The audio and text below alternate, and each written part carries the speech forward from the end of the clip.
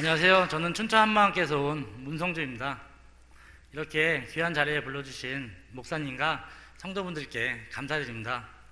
저번 주에 간증을 들으셨으면은 그 간증 속에 나왔던 남편이 저입니다요.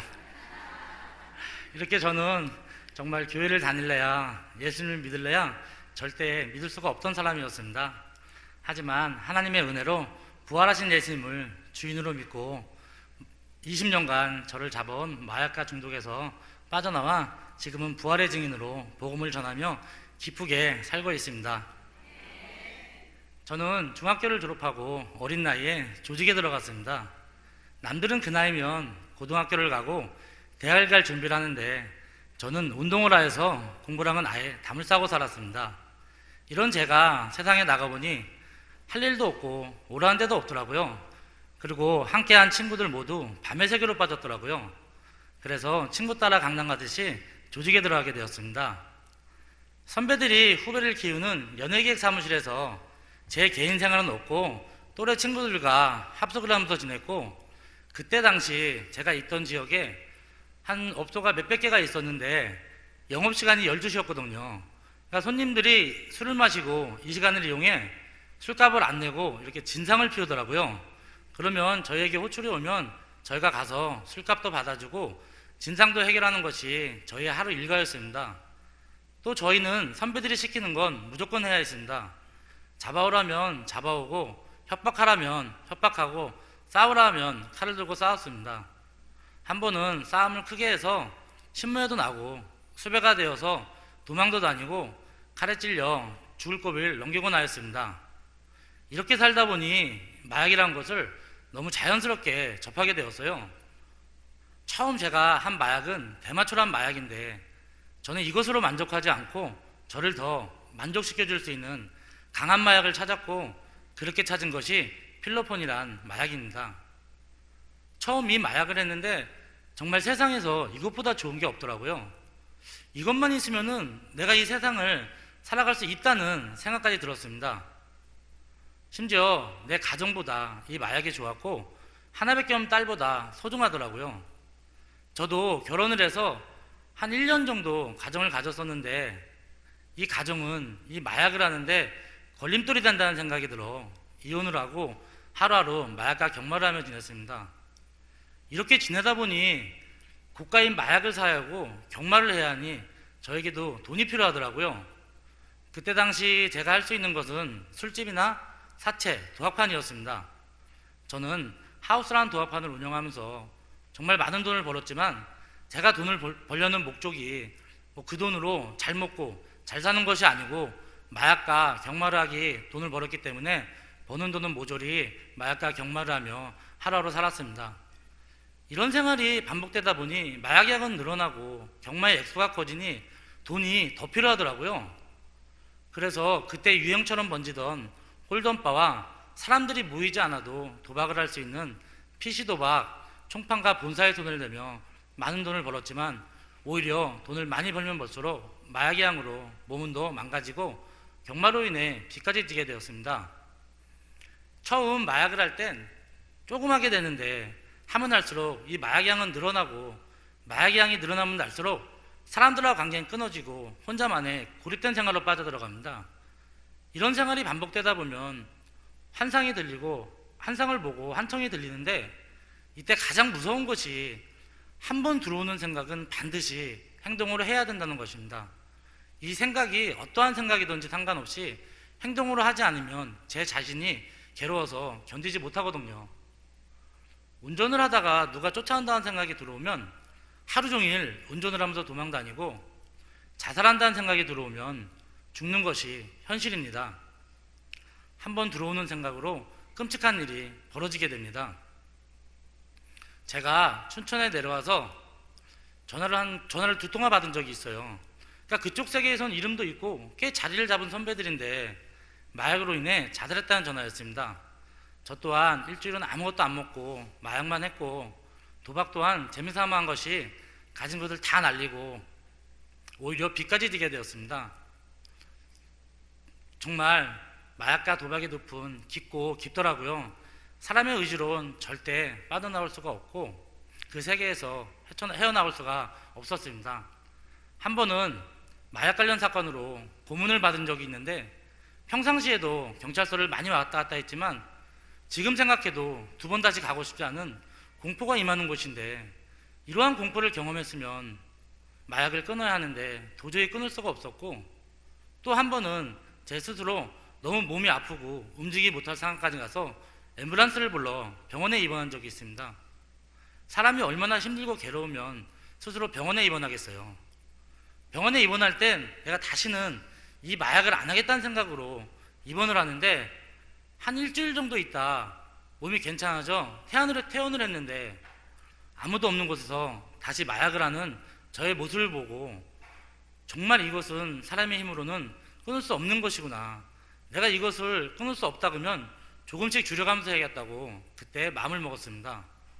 또 술을 마시면 마약 생각이 안 날까 해서 한 달 내내 술만 마신 적도 있고 경마 또한 가면 안 된다는 생각이 들어 경마 시작하기 2시간 전까지 술을 많이 마시고 자는데 정말 거짓말처럼 30분 전에 눈이 탁 떠져 뭐에 끌려가듯 경마장으로 끌려갔습니다.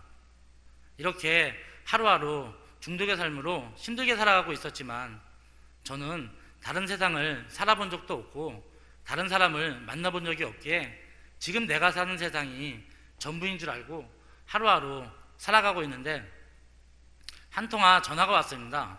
그것은 8년 전 이혼한 아내로부터 전화였습니다. 이 전화가 제 인생을 바꿀 줄은 정말 꿈에도 몰랐습니다. 아내가 전화해서 하나님이 살아계세요. 예수님이 부활하셨어요. 예수님을 믿으세요. 교회에 꼭 나가서야 하는데 정말 이 말을 도저히 믿을 수가 없더라고요. 제가 아는 교회는 정말 천사처럼 착한 사람들이 나가거나 아니면 주일날 화목한 가정이 손을 잡고 가는 곳으로 알고 있는데 제 아내는 절대 착하지도 않았고 화목한 가정도 없었거든요. 아니 본인 또한 도박과 술로 망가져 미국으로 도망을 쳤는데 도저히 이런 아내의 말을 믿을 수가 없더라고요. 그리고 또 보이지 않는 하나님을 믿는다는 것은 뭔가 나약한 사람들이 이런 추상적으로 믿는 믿음이라고 생각하고 또 아내가 종교에 미친 것 같다 XX하며 전화를 끊고 또 저의 삶으로 돌아가 하루하루 중독의 삶을 살고 있는데 저에게 예전에 있었던 사건 하나가 갑자기 생각나더라고요. 제가 칼에 찔려서 심줄이 다 끊어져 피를 너무 많이 흘려서 죽을 꼴을 넘긴 적이 있는데 그때 수술하고 다 깼는데 이건 정말 현실도 아니고 꿈도 아니고 제가 여태껏 지은 죄들이 영화 필름처럼 이렇게 한 장면 한 장면 지나가더라고요. 정말 그때 얼마나 펑펑 울었는지 모릅니다. 평상시에 울어본 적이 없는 저인데 정말 필름이 돌아가는 제가 선명하게 보이는데 너무 많이 울었습니다. 왜 그러냐면 저는 정말 이렇게 많은 죄를 지었는지 몰랐거든요.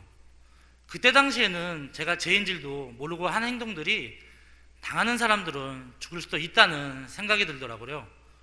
그러면서 이 지옥이라는 생각이 들더라고요. 내가 만약 이렇게 살다가 하나님이 안 계시면 천만다행인데 하나님이 계시면 지옥이라는 생각을 하니까 정말 그 지옥에 대한 공포가 정말 쓰나미처럼 밀려오더라고요. 정말 그렇게 밤의 세계에서 살아봤지만 두려움이 없었는데 그 지옥에 대한 두려움은 정말로 공포스럽더라고요.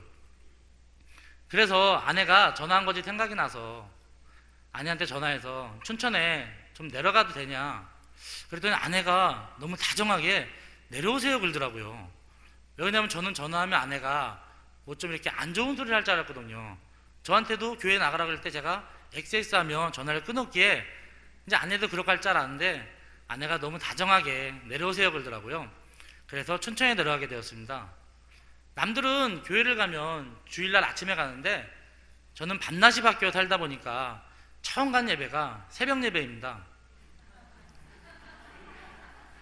그 새벽 시간 교회 문을 열고 탁 들어섰는데 저는 정말 너무 큰 충격을 받았습니다. 정말 문화적인 충격이 너무 컸습니다. 야, 정말 이런 세상이 있고 이런 사람들이 사는구나. 이 새벽 시간에 강대상을 칵 메운 젊은이들이 목사님의 지시에 따라서 간증을 하고 두 손을 들고 주여를 하는데 저도 모르게 저들이 믿는 분이 좀 궁금해지더라고요. 아니 그렇지 않고서 정말로 젊은이들이 정말 미치지 않고 이 새벽에 나와서 간증을 하고 기도를 하겠냐는 생각이 들더라고요.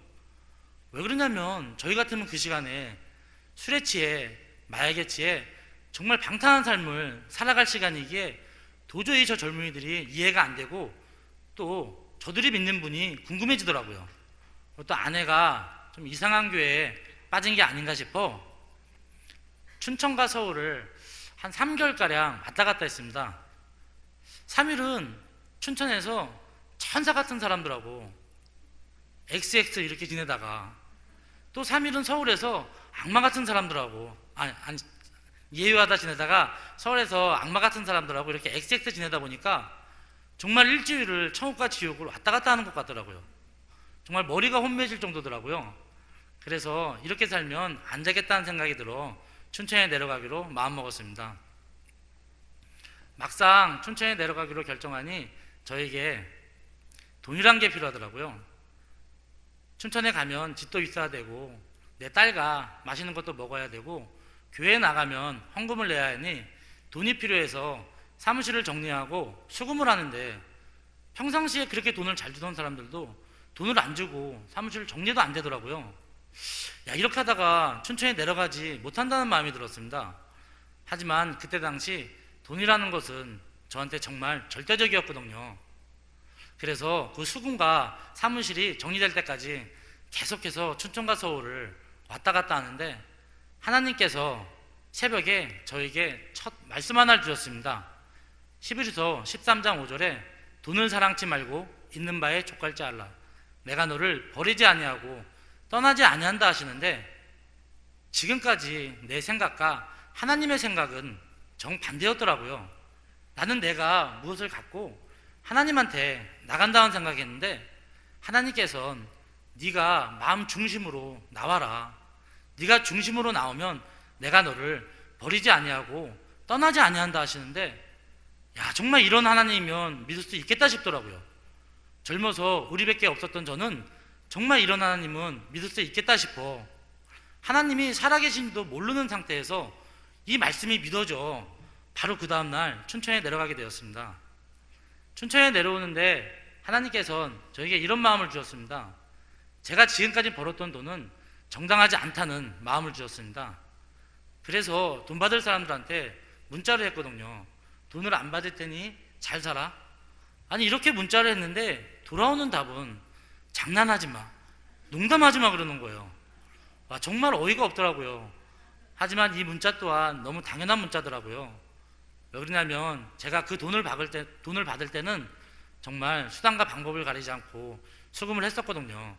그래서 직접 전화를 해서 돈을 안 받는다고 하고 바로 춘천에 내려오게 되었습니다. 잠시 물 좀 마시겠습니다.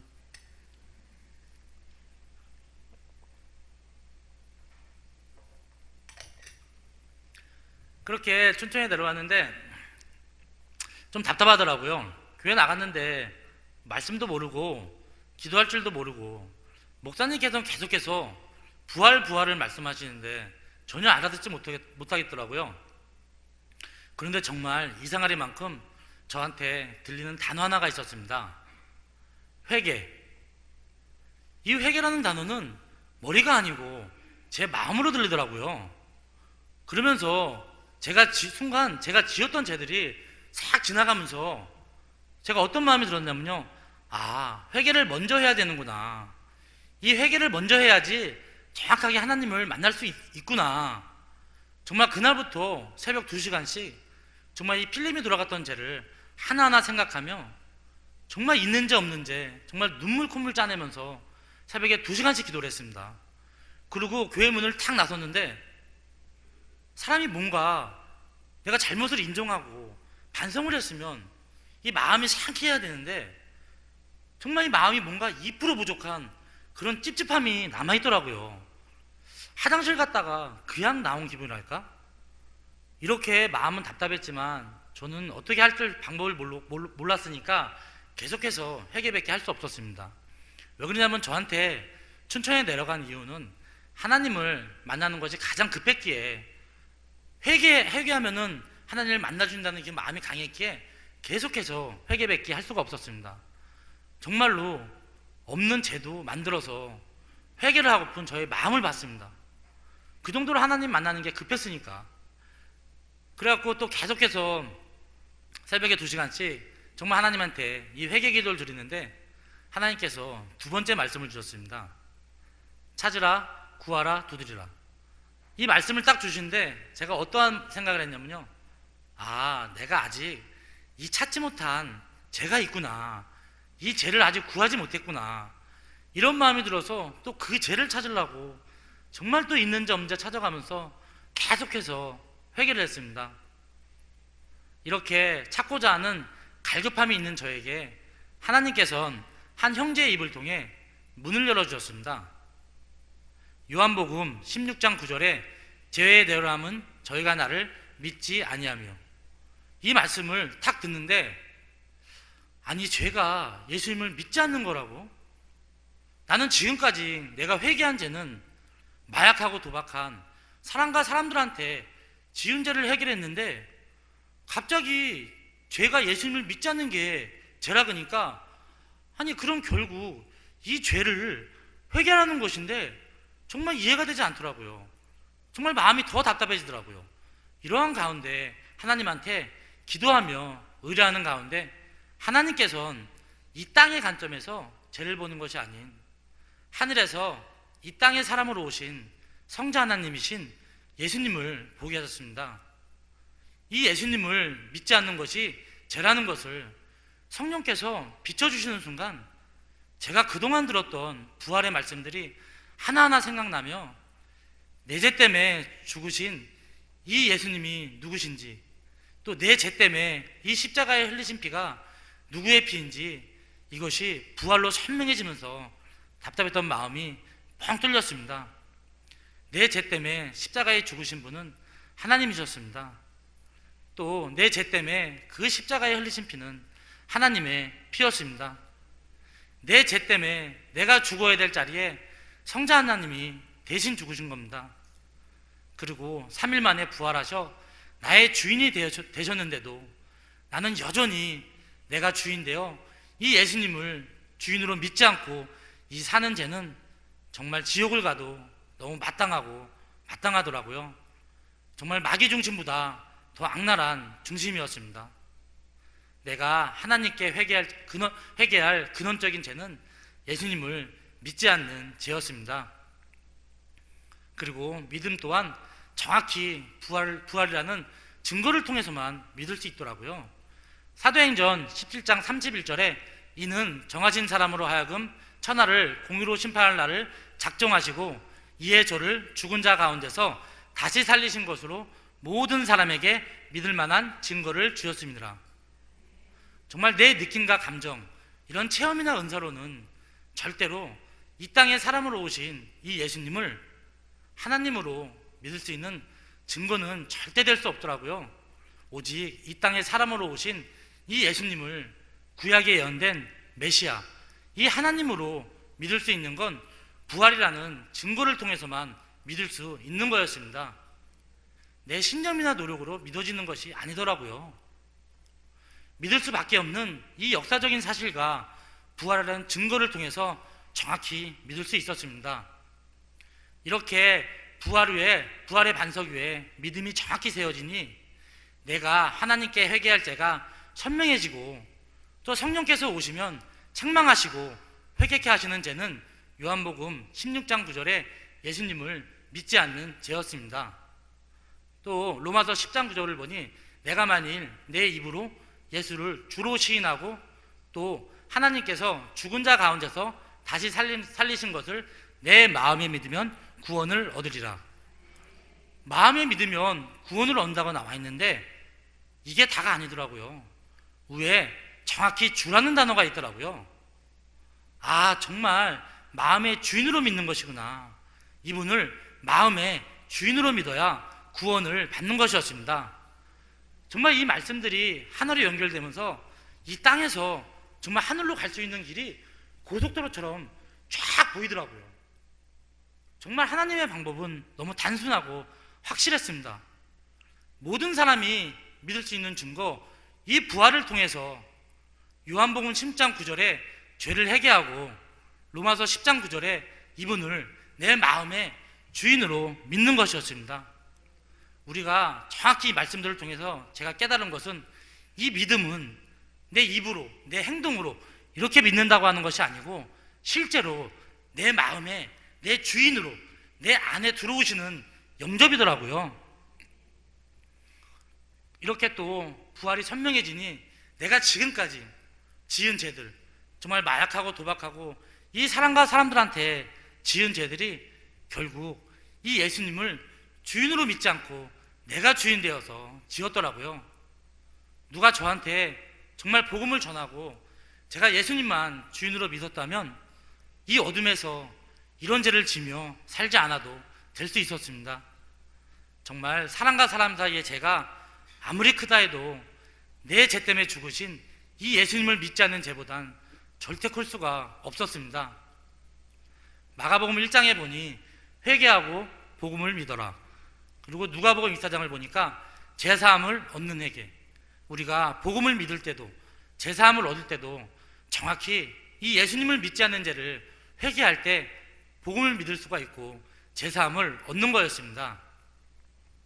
제가 결정적으로 말씀을 보면서 굴복했던 말씀은 사도행전 2장의 36절에서 38절의 말씀입니다.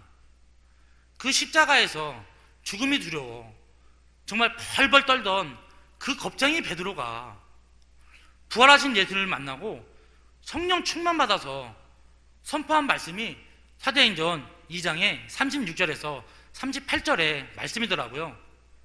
이 말씀을 들은 유대인들의 이 어찌할 거란 고백이 저의 고백이 되었습니다.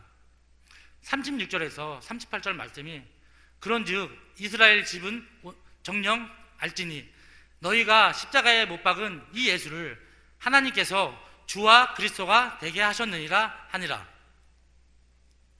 저희가 마음에 찔려 베드로와 다른 사도들에게 물어 가로되 형제들아 우리가 어찌할 걸 하거늘 베드로가 가로되 너희가 회개하고 각각 예수 그리스도 이름으로 침례를 받고 제사함을 얻으라. 그리하면 성령을 선물로 받으리라. 아멘. 이렇게 하나님이 살리셨다, 부활했다, 이 베드로 선포 앞에 유대인들은 어찌할 거란 고백을 하더라고요. 근데 이 고백은 그냥 고백이 아니더라고요. 그들이 직접 예수님을 믿지 않아서 이 예수님을 하나님으로 믿지 못해서 신성모독죄로 죽인 것인데 갑자기 베드로의 선포가 하나님이 살리셨다, 부활했다, 다시 살아났다, 이 선포는 그 유대인들한테 정말 하늘이 무너지는 말씀이었습니다. 왜 그러냐면 그들이 그토록 기다리던 그 구약에 예언된 메시아, 이 하나님을 자기네 손으로 직접 죽인 겁니다. 정말 사형을 앞둔 사형수의 마지막 절규더라고요. 하나님을 죽였으니 자기네가 살 수 없다는 정말 마지막 어찌할 거란 고백이더라고요. 이렇게 절규를 하고 있는 이 유대인들에게 38절에 너희가 믿지 않아서 그런 거니 이 믿지 않는 자를 회개하고 제사함을 받고 성령을 선물로 받으라는 이 말씀은 정말 죽음에서 다시 살아나는 생명의 말씀이더라고요. 정말 전능자의 이해할 수 없는 생명건 사랑 중에 사랑의 말씀이더라고요. 이 말씀을 보는데 저한테 어떠한 마음이 들었냐면요, 예수님을 직접 죽인 유대인들이나 내 죄 때문에 죽으신 예수님은 죽인 건 동일하더라고요. 내가 주인 되어서 이 예수님을 믿지 않고 내가 주인 되어 살았기에 정말 이분이 오셔서 죽을 수밖에 없었던 거였습니다. 내가 주인 되어 살지 않으면, 내가 주인 되어서 정말 이 예수님이 오셔서 죽은 것을 성령께서 비춰주시는데 정말 저 또한 어찌할 거란 고백 외에는 정말 나올 고백이 없더라고요. 정말 고개를 들 수가 없더라고요. 정말 살려달라고 하는 저에게 이 378절에 회개하고 제사함을 얻고 성령을 선물로 받으라는 정말 이 말씀을 받는 날 정말 감격이 되어서 잠을 자지 못했습니다. 정말 구름 위를 둥둥 떠 있는 것 같더라고요. 이렇게 정말 감격 가운데 말씀을 보는데 저는 39절을 보고 정말 깜짝 놀랐습니다. 39절을 읽는데 첫 구절에 이 약속이라고 정확히 나와 있더라고요. 결국 하나님께 모두 나오는 사람들한테 이 38절에 회개하라고, 그래야 제사함을 받고 성령을 받는다고 이 약속의 말씀을 하셨더라고요. 정말 회개하라는 말씀은 저한테도 죽음에서 다시 살아나는 생명의 말씀이었습니다. 정말 이 땅에서 하늘에서 내려오는 마지막 그 생명의 동아줄을 정말 잡는 그 말씀이더라고요. 정말 하나님께서 이 회개라는 말씀은 정말 이 땅에서 가장 축복이며 가장 우리를 사랑하셔갖고 주시는 말씀이더라고요. 저는 바로 이 부활하신 예수님을 나의 주인으로 모시는 영접 기도를 하였습니다. 하나님, 제가 지금까지 이 예수님을 주인으로 믿지 않고 내가 주인 되어서 정말 이 많은 죄를 지었습니다. 하지만 지금 이 예수님을 나의 주인으로 믿고 나의 삶이 아닌 주님의 삶을 살겠습니다. 이렇게 영접 기도를 하는데 정말 제 안에 모든 어둠이 떠나가고 정말 이 기쁨과 평강이 넘치는데 이것은 정말 세상에서 줄 수 없는 기쁨이더라고요. 정말 제 나름대로 세상에서 정말 재밌는 거 많이 해봤거든요. 근데 이러한 기쁨과는 절대 비교조차 할 수 없는 정말 기쁨과 평강이었습니다. 정말 세상을 다 가진 것 같더라고요. 아니, 다 가진 자가 되었더라고요. 정말 하나님한테 감사했습니다. 나 같은 인간도 구원받을 수 있고 땅만 보고 살던 제가 하늘을 보고 사는 사명자가 되었더라고요. 그리고 제 안에 삼위일체 하나님이 함께 하시니 절대 죄를 지을 수가 없더라고요. 정말 내가 이 죄를 지으려면 이 하나님을 밟고 지나가고 이 하나님을 넘어서야 하는데 절대 넘지 못하겠더라고요. 절대 죄를 지을 수가 없었습니다. 물 한번 마시겠습니다.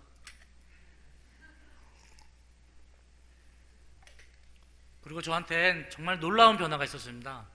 제가 그토록 이 세상에서 사람의 힘으로 끊으려고 노력했던 그 마약과 도박 중독이 예수님을 주인으로 믿었는데 정말 단번에 끊어졌습니다. 그리고 그 중독으로 우울하게 살던 제가 기쁨과 감사가 넘치는 사람으로 변했습니다. 그리고 제가 예수님을 믿기 전에 가장 궁금한 건 바울 선생입니다. 정말 어떻게 이 세상의 모든 것을 배설물로 여기고 하나님이 주시는 상을 바라보며 정말로 복음을 전하며 감옥에서도 찬양을 하며 어떻게 매일매일 중노라는 고백을 했을까? 이것은 정말 초대교회 신앙이니까 가능하다고 생각했습니다. 정말 나는 절대로 이런 신앙을 가질 수 없다고 생각했거든요. 그런데 제가 이 정말 예수님이 부활을 통해 하나님으로 확증된 순간 이분을 나의 주인으로 탁 모시고 나니까 저 또한 이 죽음 앞에서 이 세상 모든 것이 썩어 없어질 배설물이더라고요. 저 또한 어디를 가든지 누구를 만나든지 복음을 전하는 사명자가 되었습니다. 그리고 살아도 주를 위하여 살고 죽어도 주를 위하여 죽고 제 남은 인생을 이 교회 공동체와 하는 게 너무 마땅하더라고요. 바울과 저는 부활의 증인이었습니다. 그리고 제가 지금 이렇게 간증을 할 수 있는 것 또한 정말 교회 공동체가 있기에 가능한 겁니다. 저는 아마 이 교회 공동체가 없었다면 다시 세상으로 돌아갔을 겁니다. 대마와 동일하게 세상으로 돌아갔을 겁니다. 왜 그러냐면 제가 예수님을 주인으로 믿고도 저한테 너무 많은 유혹들이 있었습니다. 아마 그 유혹을 저 혼자였으면 절대 이기지 못했을 겁니다. 하지만 그런 유혹이 있을 때마다 공동체에 기도 제목을 내고 함께 기도해주고 함께 자신의 일처럼 해결해 주는 것을 보고서 정말 이 세상에선 볼 수 없는 사랑을 보게 되었습니다. 그 사랑을 받은 저는 저 또한 그렇게 영혼을 사랑하는 사람으로 변했습니다. 저희 부부가 몇 년 전에 처음 간증을 같이 한 교회가 있거든요. 대전의 어느 교회인데 그곳에서 간증을 하고 목사님이 하신 말씀이 있습니다. 부부보다 더 험한 간증, 더 엄청난 간증을 너무 많이 들었다. 하지만 그들은 다시 세상으로 돌아가더라. 하지만 부부는 정말 복음으로 하나 된 이 공동체가 있기에, 이 교회가 있기에 신앙생활을 너무 잘한다 하시더라고요. 제가 그때 그 목사님의 말씀을 듣고 제 마음으로 결정한 것이 있습니다. 정말 내가 인생을 바칠 때는 정말 복음을 전하고 정말 이 교회구나, 그때 마음을 먹게 되었습니다. 이렇게 예수님을 주님을 믿고 정말 마음이 뜨거워서 저한테는 많은 지식도 없었습니다. 그 많은 말씀도 없었습니다. 기도도 잘할 줄 몰랐어요. 왜? 회개기도밖에 못했으니까. 그런데 정말 제 안에 예수님을 자랑하고 싶어서 가만히 있지 못하겠더라고요. 이 바울이 정말로 이 부활하신 예수님을 만나고 즉시로 나가서 이 예수가 하나님의 아들이심을 전했다는 그 마음이 정말 뭔지 알겠더라고요. 그래서 저도 나가서 정말 만나는 사람, 어디를 가든지 정말로 이 예수님을 자랑했거든요. 뭐 복음을 막 말씀으로 증거한다는 것보다도 제 안에 있는 예수님을, 정말 제일 사랑하는 예수님을 자랑했거든요. 이러한 가운데 저에게 가장 마음에 걸리는 사람들이 있었습니다. 그것은 제 어둠에 있는 친구들입니다. 그래갖고 정말 그 친구들한테 만나고 전하고 계속해서 복음을 전했거든요. 그런데 왜 그러냐면 저는 제가 이 예수님을 주인으로 믿고서 바로 변화가 됐기 때문에 정말 내 친구들은 그냥 될 줄 알았어요. 왜 그러냐면 세상에 살 때 제가 친구들보다 조금 더 나쁘게 살았거든요. 내가 변했으니까 내 친구들은 그냥 되겠구나. 그리고 막 복음을 전하는데 안 되더라고요. 오히려 핍박을 무진장 받았습니다. 왜 그러냐면 만나서 술도 안 먹지, 담배도 안 피지, 매일 예수님 얘기만 하니까 정말 많은 핍박을 하더라고요. 하지만 아무리 핍박을 많이 받아도 제 어둠에 있는 친구들이 정말 그 세계에서 빠져나올 수 있는 길은 빛 대신 예수님을 만나는 것 외엔 없는 것을 정확히 알기에 정말 친구들한테 계속해서 사랑으로 복음을 전하였습니다. 이렇게 계속해서 복음을 전하는데 하나님께서 제 친구들에게 복음의 문을 열어주었습니다. 어느 날 한 친구가 저에게 전화가 왔습니다. 그 전화가 와서 갑자기 야, 누구누구가 강경화에 걸렸다. 네가 가봐야 되지 않냐? 네가 우리한테 말한 천국이 있고 지옥이 있고 하나님이 살아계시면 너가 가서 천국으로 인도해야 되는 거 아니냐, 이렇게 얘기하더라고요. 정말 그날 하나님한테 얼마나 감사한지요. 제 친구들이, 저는 정말 제 친구들한테 이 복음을 전하고 정말 사랑으로 예수님밖에 자랑한 게 없는데 성령께서 그 말씀을 들은 친구들한테 성령께서 마음 문을 열어주고 성령께서 역사하시더라고요. 그래갖고 너무나 기쁜 나머지 4시간 되는 거리를 2번 갔어요. 정말 2번 가서 정말 기쁘게 예수님을 자랑했거든요. 막 진짜 침을 튀기면서 막 하는데 저는 분명히 거기 간 이유가 내 친구를 하나님의 나라로 인도하려고 갔는데 친구는 아예 복음을 안 듣고 옆에 있던 제도씨가 눈이 동그래져 복음을 듣더라고요. 그리고 그날 그 제도씨가 예수님을 주인으로 믿는 성령의 역사가 있었습니다. 제가 그때 하나님께서 두 가지를 정확하게 깨닫게 해주셨습니다. 한 가지는 복음은 내 입을 통해서 전하지만 사람을 변화시키는 건 하나님의 주권이더라고요. 이것은 저의 영역이 아니고 정확히 하나님의 영역이더라고요. 그리고 또 제가 이 어두운 세상에서 정말 기쁘게 살 수 있는 건 이 복음을 전하고 제자를 삼는 것밖에 없더라고요. 왜 그러냐면 이 제도씨가 예수님을 주인으로 영접할 때 정말 제 안에 그 기쁨이, 한 영혼이 하나님의 나라로 탁 들어가는데 이 안에 기쁨이 넘치는데 제가 예수님을 주인으로 믿을 때 그 기쁨과 정말 동일하더라고요. 그리고 이제 학원에서 있었던 일인데요. 제가 학원에서 그냥 아까 말씀드렸듯이 저는 말씀도 많이 모르고 그랬지만 정말 기쁘게 예수님을 자랑했거든요. 제 삶 자체가 너무 기쁘게 사니까 갑자기 그 선생님이 전화가 딱 왔어요. 자기 좀 만나자 그러더라고요. 아니, 나를 왜 만나냐? 그러니까, 아니, 만나서 꼭 할 얘기가 있대요. 그래서 만났는데 그 선생님이 고백을 하더라고요. 자기는 주일학교 선생님은 7년 했다. 근데 정말 인격적으로 하나님을 못 만났다. 근데 당신은 정말 하나님을 만난 사람 같다. 그러더라고요. 그리고 내가 이분한테 뭐 많은 말씀을 해줄 게 없으니까 저는 정말 이 부활하신 예수님을 주인으로 믿어야 우리가 정말 하나님의 자녀가 될 수 있고 될 수 있다. 이 부활하신 예수님이 누구신지 정확히 전하는데, 이분이 이 예수님이 누구신지 정확히 부활을 통해서 정확히 성령께서 역사하니까 이분 또한 예수님을 주인으로 믿는 성령의 역사가 있었습니다. 그리고 하나님께서 8년 동안 이혼한 저희 가정을 회복시켜 주셨습니다. 절대로 저희 가정은 회복될 수가 없거든요. 왜 그러냐면 각자 주인이 돼서 각자 원하는 것을 하지 않으면 만족이 없으니까 절대로 회복될 수가 없거든요. 하지만 저희 부부가 부활하신 예수님을 주인으로 믿고 주인이 딱 한 분이 되니까 그분의 말씀에만 순종하며 서로 사랑하면서 하나님의 사명을 감당하고 있습니다. 그리고 저는 40년간 직장이라고는 가져본 적이 한 번도 없거든요. 그런데 하나님께서 가장 좋은 학원에 운전기사라는 일자리를 주셨습니다. 그 운전기사가 왜 좋냐면요, 뭐 세상에서 볼 땐 보잘것없는 직업이지만 그 차에 타는 아이들이 있잖아요. 뭐 제가 복음을 전하러 가지 않아도 아이들이 타잖아요. 그러면 그 아이들한테 뭐 떡볶이도 사주고 아이스크림도 사주고 이렇게 함께 하면서 복음을 전하고 예수님을 자랑하는 것이 너무 좋더라고요. 근데 그렇게 일하고 딱 한 달이 됐는데, 와, 정말 이 하얀 봉투에 첫 월급을 딱 봤는데요, 돈은 얼마 안 되지만 와, 정말 감격되더라고요. 정말 아까워서 한 푼도 못 쓰겠더라고요. 그런데 또 하나님께서 어떠한 마음을 줬냐면은, 남들은 첫 월급을 타면 뭐 부모님한테 드린다 그러잖아요.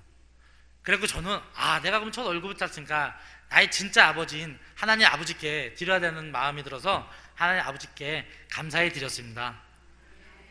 그리고 제가 학원에 일하다 보니까 어린아이들을 많이 만나거든요.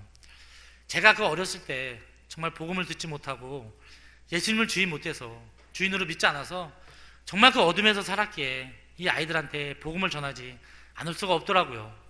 이 아이들이 정말 저 세상에 나가서 정말 진정한 행복을 찾는 것은 복음을 듣고 예수님을 주인으로 믿는 것밖에 없기에, 정말 이 아이들이 복음을 듣고 예수님을 주인으로 믿도록 기도하면서 정말 이 아이들한테 사랑으로 계속해서 복음을 전하고 있습니다. 그리고 이제 3년 전에 제 어메이징 영상을 보고서 저와 동일한 삶을 산 사람이 교회에 찾아왔어요. 그분도 하나님을 만나고 싶어갖고 정말 갈급함이 있는 사람이거든요. 근데 보이지 않는 하나님이 믿어지지 않으니까 28년 동안 하나님을 그렇게 찾아오는데도 보이지 않으니까 믿을 수 없잖아요. 그러니까 뭐 기도원이랑 기도원 어디랑 어디 다 가봤대요. 근데 어메이징을 보고서 이제 교회 온 거예요.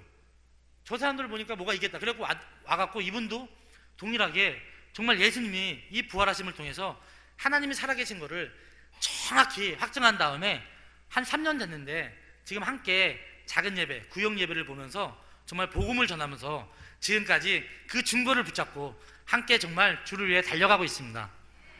그리고 하나님께서는 저에게 딱 맞는 사역지 소년원이란 곳에 이 복음의 문을 열어주셨습니다. 그래서 한 손에 사랑을 들고 한 손에 복음을 들고 이 아이들을 만나러 갔습니다. 정말 처음에 만날 때 너무 감격돼서, 이제 이 아이들이 제 어린 시절과 동일하니까 정말 감격돼서 딱 들어갔는데, 그 소년 선생님이 딱 첫 마디가 뭐냐면요, 그냥 대충 하고 가세요. 그냥 먹을 거 사주고 가세요 그러더라고요. 아니, 부모 말도 안 듣는 아이들이 뭐 누구 말을 듣겠냐. 그냥 이 아이들은 배고프니까 먹을 거 사주고 가라 그러더라고요. 그 말을 듣고서 또 내가 또 이 아이들을 일주일에 6번을 들어갔거든요. 또 일요일 날 이제 예배를 또 보러 가고. 근데 정말 이 아이들이 변하지가 않더라고요. 그래갖고 한 달 이렇게 들어가는데 저 선생님들 말이 맞나? 정말 낙심이 되더라고요. 그냥 그 낙심 가운데 이제 하나님한테 기도하는데 하나님께서 저에게 어떠한 마음을 줬냐면요, 야, 너도 변했지 않냐? 아니, 너도 변했는데 저 아이들이 안 변하겠냐? 네가 저 아이들보다 한 100배는 더 험하게 살았다. 저 아이들도 변할 수 있으니까 저 아이들의 변화에 초점을 두지 말고 그냥 이 복음을 들고 사랑을 들고 가서 전하라는 마음을 주더라고요. 그러니까 그날부터는 정말 그 아이들의 변화에 초점이 두는 게 아니고 정말 그 아이들의 영혼에 대한 그 사랑으로 들어갔거든요. 정말 그 사랑으로 복음을 전하는데 와, 이 아이들이 변하기 시작하는 거예요. 나의 생각을 다 지우고 하나님의 마음으로 복음을 전하니까, 하나님의 관점에서, 하나님의 입장에서 복음을 전하니까 이 아이들이 정말 성령께서 이 아이들의 마음의 문을 열어주시더라고요. 왜 이거를 정확히 알 수 있냐면, 저희가 복음을 증거하고 이 아이들하고 함께하면서 이 아이들이 예수님을 주인으로 믿고 얼굴의 변화를 보잖아요. 근데 그 아이들이 그 안에서 선생님들의 말이 들려졌어요. 아니, 뭘 먹였길래 아이들이 변하냐? 저 안에서 성경책을 보고 너무 조용하다. 이 말이 왜 그러냐면요, 제가 맡은 아이들은 저의 삶을 이제 거기서 아니까 그 안에서 속히 말하는 짱, 그러니까 뭐 대장, 이런 아이들을 제가 맡았거든요. 그 아이들이 조용하니까 전체가 조용한 거예요. 그 아이 말 한마디면 조용해지니까. 그러니까 선생님들이 너무 좋아하더라고요. 정말로 제 어두운 과거가 저는 정말 아무 쓸모없는 줄 알았거든요. 정말 후회했어요. 내가 이런 삶을 산 걸 예수님 믿고 나서 정말 후회했거든요. 하지만 하나님께서는 이 어두운 과거마저 이 복음을 전하는데 쓰임을 받더라고요. 정말 내 과거가 어떻게 산 것이 창피하고 두려운 것이 아니고 하나님한테 쓰임 받는 것이 정말 감사하더라고요. 그러한 가운데 지금은 그 소년원을 못 들어가고 있어요. 그러니까 1년 정도 들어가다가 이제 여기서 말씀드리긴 뭐하지만 어떠한 일로 들어가지 못하고 있습니다. 지금도 기도를 하고 있습니다. 하나님께 문을 열어달라고. 왜냐하면 그 아이들이 정말 보고도 싶고 정말 저 아이들이 저렇게 살면 안 된다는 게 너무 정확하니까 하나님한테 기도하고 있습니다요. 함께 기도해 주세요. 그리고 제가 예수님 믿은 지 지금 한 8년 정도 됐습니다. 제가 그런데 빠지지 않고 하는 것이 딱 하나 있습니다. 그것은 새벽 기도입니다. 기도 외엔 이런 유가 나갈 수 없다는 말씀처럼 저도 기도를 안 할 수가 없더라고요. 물 한번 마시겠습니다.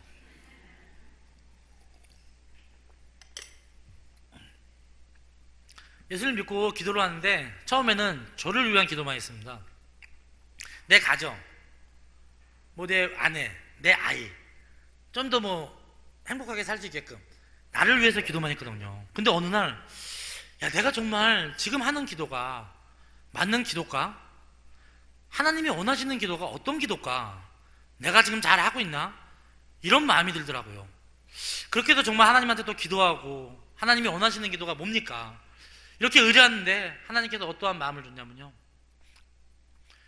야, 정말 그 전능자가 나에게 생명을 주셨는데, 그 정말 천지를 말 한마디로 창조하신 그분이 이 땅에 사람으로 오셔갖고 내 죄 때문에 죽으셨는데, 그 전능자가 나에게 생명을 줬는데, 생명을 주면 다 준 거잖아요. 근데 다시 이분 앞에서, 야, 나를 위해서 구하고 있는 내 모습이 정말 중심이 악하다는 생각이 들더라고요. 그러면서 하나님께서 마태복음 10장의 말씀을 주셨습니다. 이 절대주권, 정말 참새 한 마리도 이분의 허락지 아니하고는 떨어지지 아니한다. 우리의 머리털까지 세진다. 야, 정말 이 절대주권 하나님 앞에서 나를 위해 구할 것이 없더라고요. 정말 마태복음 6장 34절 말처럼 먼저 그의 나라와 그의 의를 구하면 하나님께서 나에게 필요한 건 더 하시는 거더라고요. 나에게 필요한 게 아니고 이 복음을 전하는데 하나님께서 필요한 거를 더 채워주시더라고요. 그때부터 저의 기도 제목은 바뀌었습니다. 나를 위해서 기도하는 기도가 에베소서 6장 19절의 말씀처럼 바울이 나를 위해서 기도할 것은 나에게 말씀을 주사 이 복음의 비밀을 이 입을 벌려 담대하게 선포하게 해달라는 이 기도, 저의 새벽 기도는 정말 하나님한테 오늘 하루 이 어둠의 세상에서 제가 승리하고 복음을 전할 수 있게, 하나님 정말 성령 충만 받을 수 있게 저에게 말씀을 주세요. 제가 이 말씀으로 오늘 하루를 정말 주의 일을 할 수 있도록 저에게 말씀을 달라는 이 기도로 바뀌었습니다. 그리고 마지막으로 제가 이 세상에 살면서 제 생명보다 귀한 것이 두 가지가 있습니다. 그것은 하나님의 은혜에 복음 증거하는 것이고, 또 하나는 하나님의 피카브로 사신 이 교회 공동체입니다.